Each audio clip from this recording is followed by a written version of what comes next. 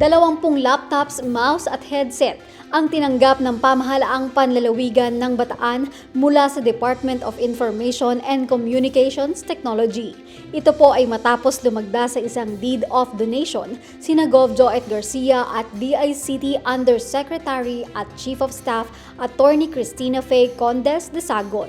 Ang nasabing ICT equipment ay ilalaan sa mga kawani ng One Bataan Bagong Pilipinas Integrated Action Center upang mas mapabilis ang pagproseso ng mga datos patungkol sa mga Bataenyong humihingi ng tulong pinansyal at medikal.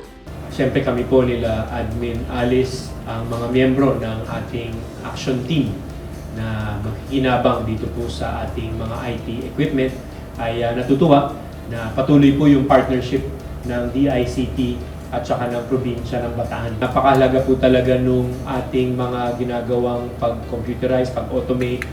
Siyempre kinakailangan software, hardware para ito po ay magawa. Hinangaan naman ni Yusek Condes de Sagon ang The Bunker na nagsisilbing one-stop shop government center ng Bataan, maging ang mga programa at proyektong isinusulong ng pamahalaang panlalawigan para gawing mas moderno at epesyente ang paghahatid ng serbisyong publiko.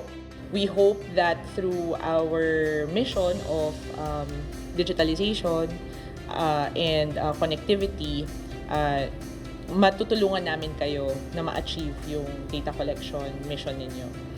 This is a small help that DICT is able to offer to your provincer. We hope that the provincial staff will be able to use this to further automate and digitalize.